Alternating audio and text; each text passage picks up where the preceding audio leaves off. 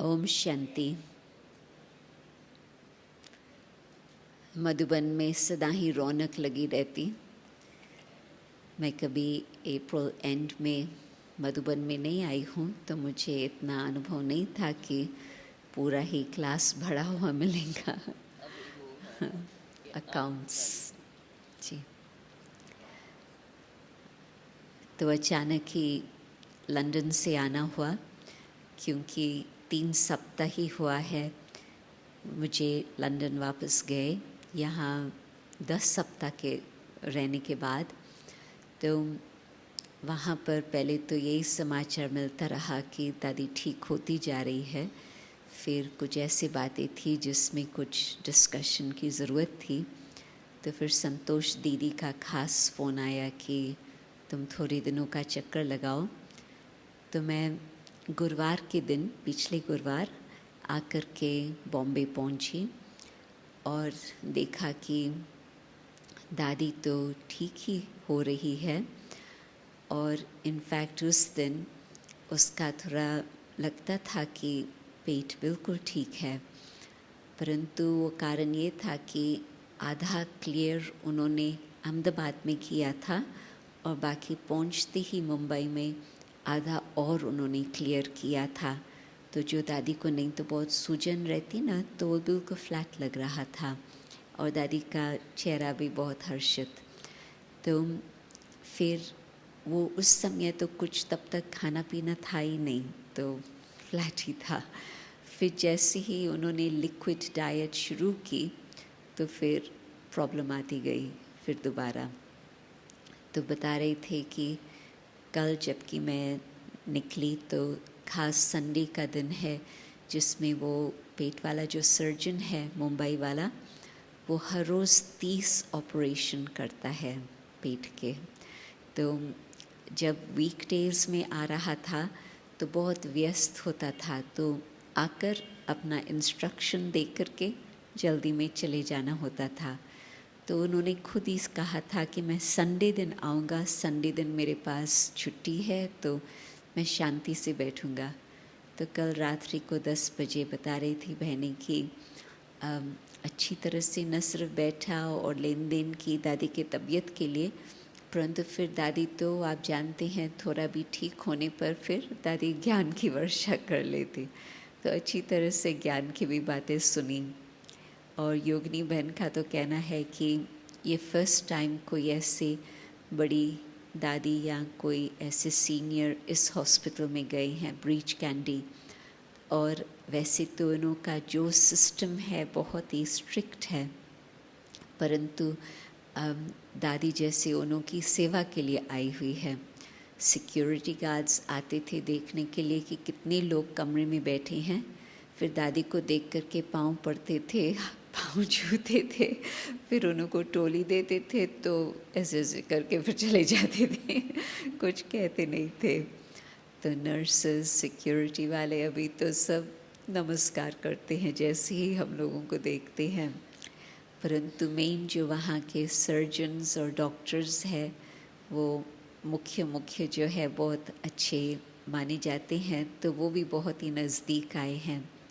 और एक पारसी डॉक्टर है जिसने दादी को एडमिट किया था, तो मेन दादी का कंसल्टेंट वो ही रहा, तो वो तो रोज़ आता था दादी के पास। तो एक दिन अपने साथ 6 स्टूडेंट्स को लेके आया, क्योंकि ये लोग तो फिर ट्रेनिंग भी देते हैं। तो जब मैं थी तो मेरे से पूछा कि दादी से पूछो, क्योंकि हिंदी समझता परंतु बोल नहीं पाता इतना, तो दादी से पूछो कि मन का तन के साथ क्या कनेक्शन है। तो दादी ने बताया कि जब हम धीरज रखते, सच्चाई होती, प्रेम होता, तो इन 3 बातों के आधार से फिर उसका तन को भी सहयोग मिलता। तो वो फिर अपनी मेडिकल भाषा में उस बात को समझकर फिर अपने स्टूडेंट्स को बता रहा था। फिर जैसे कि उन्होंने को बताया कि हाँ, ये तो बिल्कुल सही बात है, क्योंकि जो माइंड में फीलिंग्स होती उसका इम्पैक्ट आता है न्यूरोट्रांसमीटर्स के ऊपर, जो कुछ भी सेल्स में होता, तो न्यूरो ट्रांसमीटर्स फिर तबीयत को ठीक रखते। मतलब वो अपना और डिटेल बता रहा था स्टूडेंट्स को। फिर उनको खुद ही एग्ज़ाम्पल देता था कि जैसे बच्चा होता, माँ बहुत प्यार से उसकी सेवा करती तो बच्चा खुश रहता, और माँ यदि थकी हुई है, नाराज़ है, उसको कुछ क्रोध लग गया तो फिर बच्चा रोने लगता, बच्चे के ऊपर तुरंत उसका इफ़ेक्ट आता। इसी तरह से जो भी मेडिकल स्टाफ है, सेवा करने वाले, आप यदि सच्ची दिल से, भावना से पेशेंट की सेवा करेंगे तो पेशेंट भी आपके वाइब्रेशंस पकड़ के जल्दी ठीक हो जाएगा।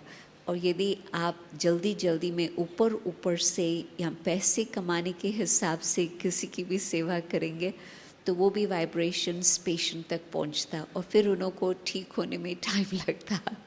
तो इस तरह से बहुत अच्छी तरह से ज्ञान की बातें सुन करके फिर ट्रांसलेशन में उनको बताता रहा।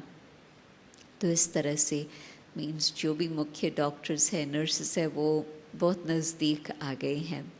परंतु मुख्य बात तो दादी की तबीयत अभी ऐसी है जो अभी मानो कि यहाँ से स्टेज का यहाँ तक दोनों तरफ से पकड़ते हैं तो फिर दादी पैदल कर सकती, जाना और आना कॉरिडोर में दादी को पैदल कराती हैं। और अभी तो और भी आगे पैदल कराते ही जाएंगे, परंतु आज दादी को छुट्टी दे रही हैं हॉस्पिटल से, तो दादी जाएंगी विला पार्ला। फिर 2 सप्ताह तो उन्होंने बोला है कि आप मुंबई में ही रहो, ताकि फिर कुछ न कुछ पेट का अभी तक पूरा सेटल नहीं हुआ है, तो वो अभी दर्द नहीं है परंतु सूजन फिर भी हो जाती, या डायरिया हो जाता या वॉमिटिंग हो जाती, कुछ न कुछ अभी तक है। तो फिर 2 सप्ताह में वो मेडिसिन्स देख करके फिर पूरी रीति से सेटल करने चाहते हैं, फिर दादी को छुट्टी देंगे। बाकी दादी जहाँ है वहाँ तो सेवा ही है। तो जब पहले दिन दादी पहुँची है वो तो शाम का टाइम था, तो उस दिन तो दादी को ठीक करने में तुरंत लग गए। फिर दूसरे दिन भी दादी को धीरे धीरे ठीक हो रही थी। फिर जो तीसरे दिन जबकि मैं पहुँची तो मैंने देखा कि सवेरे भी कुछ लोग आते रहे, परंतु शाम को 5 to 7 जो विज़िटिंग आवर्स है उसमें तो 30-40 लोग आ गए थे। और रमेश भाई भी आकर के 5 बजे से, फर्स्ट विज़िटर वही होता, 5 बजे से आकर के बैठता है दादी के पास। और फिर रमेश भाई को देख करके, संतोष दीदी को देख करके दादी को तो सारी पुरानी स्मृतियाँ आती है कि बाबा भी जब बॉम्बे में आते थे, हॉस्पिटल में थे, तो सेवा का मौका बन गया। तो दादी को सारी मुंबई की कहानियाँ याद आ रही है और वो उनके साथ शेयर करके औरों को भी वो बाबा की स्मृतियाँ दिला रही है सभी को। तो मीन्स शाम का टाइम तो सत्संग का ही, क्लास का ही रूप हो जाता, क्योंकि सभी तो इकट्ठे नहीं आ सकते, परंतु आधे लोग आते, दृष्टि लेते, चले जाते। फिर जो 7 बजे तक होते तो फिर दादी आधा घंटा तो योग ज़रूर करती है, बिल्कुल सबको योग में बिठा लेती और फिर कुछ न कुछ और बातें भी सुनाती। तो आजकल दादी 2-3 घंटा बैठ सकती, और उन्होंने यही कहा है कि जितना दादी चलेंगी, जितना उठ के बैठेंगी, उतना जल्दी फिर भी मसल्स को ताकत आएंगी तो दादी ठीक हो जाएंगी। परंतु खास तो लगता है कि दादी मुंबई की सेवा के लिए आए हैं। मैं समझती जो भी सेंटर्स है, मुख्य टीचर्स तो आए हैं, परंतु मुख्य स्टूडेंट्स भी आए हैं, और जो संपर्क वाले लोग हैं वो भी आते रहते हैं। जैसे बाबा का लौकिक भाई का बेटा, वो आया दादी से मिलने, रूपचंद ज्वेलर्स, वो भी बॉम्बे में ज्वेलर्स है, तो वो भी खास, उसको लंदन से फ़ोन आया कि दादी इस हॉस्पिटल में है, तो वो भी खास दादी से ब्लेसिंग्स लेने के लिए आए। स्पेन के कोई लोग हैं जिनका बॉम्बे में घर है आजकल, तो मैंने उनको फ़ोन किया तो वो भी खास दादी से मिलने आए। तो हर एक दादी से यही प्रेरणा लेता कि तन कैसे भी हो परंतु मन में बाबा और बाबा के ज्ञान की बातें हैं तो सेवा ऑटोमेटिकली होती। 2 मंत्र आजकल दादी बता रही है, एक तो याद में सेवा और सेवा में याद। दोनों बातों को हम अलग करते हैं तो फिर दिक्कत आती, परंतु योग ही हमारा ऐसे हो जिस योग की शक्ति से सेवा ऑटोमेटिकली होती रहे और सेवा में इतनी याद हो जो याद के शक्ति से सेवा में सफलता हो। तो आजकल दादी इस बात को कई बारी मेंशन करती। और दूसरी बात दादी खास ये बता रही है, पढ़ाई, पालना और प्राप्ति। बाबा ने साकार में, अव्यक्त में इतना हमें सब कुछ दिया है, तो वो जो पढ़ाई की बाबा की दी हुई शिक्षाएं हैं वो आप इमर्ज रूप में याद करो और फिर पालना को भी याद करो, तो फिर आपके चेहरे से जो प्राप्ति आपको हुई है वो प्राप्ति द्वारा ऑटोमेटिकली औरों को प्राप्ति होती रहेंगी और वो आकर्षित होकर के बाबा तक पहुंच जाएंगे। तो आज का ये 2 मंत्र दादी का उस बात पर दादी खुद भी अनुभव भी कर रही है। ये नहीं कहेंगे कि विचार कर रही है, परंतु अनुभव कर रही है और हम लोगों के साथ भी फिर शेयर कर रही है। तो कमरे का वातावरण कोई हॉस्पिटल का वातावरण नहीं है आजकल, बहुत लाइट, बहुत बाबा के याद का और साथ साथ ज्ञान की चिट-चैट का चल रहा है। परंतु दादी का खास था कि जबकि तुम बॉम्बे आई हो तो मधुबन में दादी गुलजार, निर्भय भाई, मोइनी बहन सभी है, तो उन्हों के पास ज़रूर जाओ। और फिर अहमदाबाद तक पहुंचते हैं तो आबू तक न आए, ये कैसे हो सकता। तो फिर आधे दिन के लिए इस बारी आज शांतिवन और पांडव भवन में जाना होगा।